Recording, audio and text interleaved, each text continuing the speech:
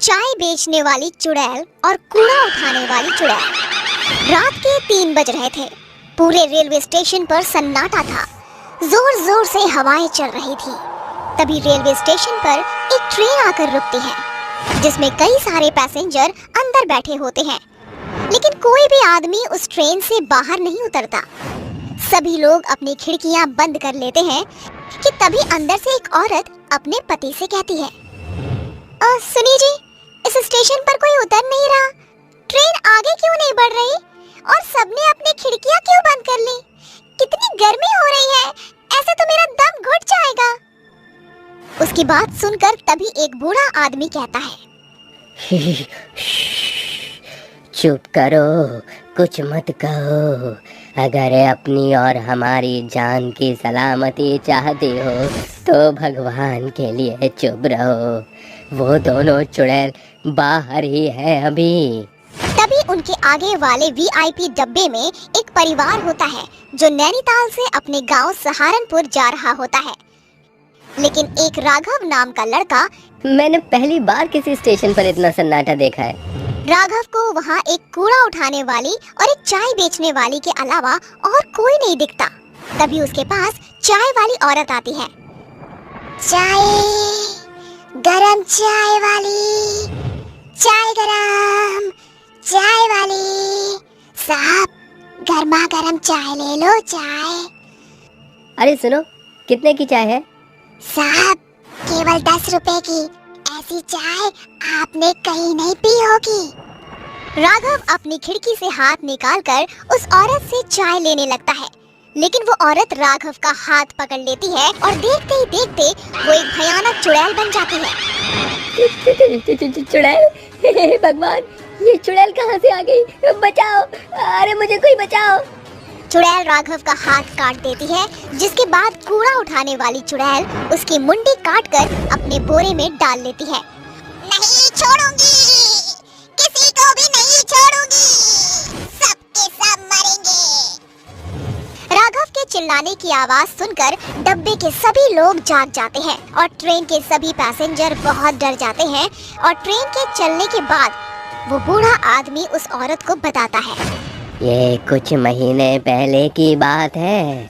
संबलपुर गांव से 2 बहनें रीता और सीता शहर जा रही होती हैं। वो दोनों ट्रेन में बैठ जाती हैं, जिसके बाद ट्रेन चलने लगती है। तभी रीता सीता से कहती है, बहन, अगर चाचा ने हमें अपने घर में नहीं रखा तो हम इतने बड़े शहर में क्या करेंगे? देख बहन, हमें कुछ तो करना ही होगा, क्योंकि अब हमारे साथ हमारे माता पिता नहीं हैं जो हमारी देखभाल कर लेंगे। हमें खुद ही अपना ख्याल रखना होगा। उस स्टेशन पर एक कूड़ा उठाने वाला था और एक चाय बेचने वाला। ट्रेन के सभी पैसेंजर सो गए थे कि तभी सीता रीता से कहती है, बहन, बहुत जोरों की भूख लगी है, चलो चाय पीकर आते हैं। वो दोनों बहनें सुनसान स्टेशन पर ट्रेन से उतर जाती हैं, जिसके बाद सीता चाय लेने जाती है। वहीं रीता को प्यास लगती है, इसीलिए वो पानी पीने के लिए कूड़ा बीनने वाले से पूछती है, भाई साहब, मुझे बहुत जोरों से प्यास लगी है, क्या यहाँ पानी मिल जाएगा? कूड़ा बीनने वाला उसे बहुत ध्यान से देखता है, जिसके बाद वो उससे कहता है, उस कमरे में पीने के पानी की टोंटी लगी है, जाओ पी लो।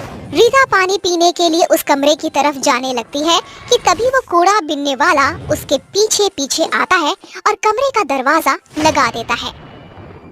अरे भाई साहब, ये तुम क्या कर रहे हो? दरवाजा खोलो, मुझे बाहर जाने दो। ऐसे कैसे जाने दूं? पहले वो काम तो कर दूं जिसके मुझे पैसे मिले। क्या चाहते हो तुम? साफ साफ बोलो। रीता बहुत डर जाती है। इतने में वो आदमी एक खंजर निकालता है और उसके दोनों हाथ और उसकी मुंडी काट देता है। रीता वहीं मर जाती है। उसे मारने के बाद वो आदमी चाय वाले के पास जाता है। जब सीता कूड़े बिनने वाले के हाथ में खून से लथपथ खंजर देखती है तो वो डर जाती है, लेकिन तभी पीछे से चाय वाला उसका मुंह दबाकर उसे वहीं ले जाता है जहां उसने उसकी बहन रीता को मारा था। ये तुम क्या कर रहे हो? तुमने मेरी बहन को रीता कुछ कहती, इससे पहले उस आदमी ने उसके दोनों हाथ और उसकी मुंडी काट दी। उस दिन दोनों बहनें मर जाती हैं। उनकी मौत क्यों हुई, आज तक इस बात का पता नहीं चला।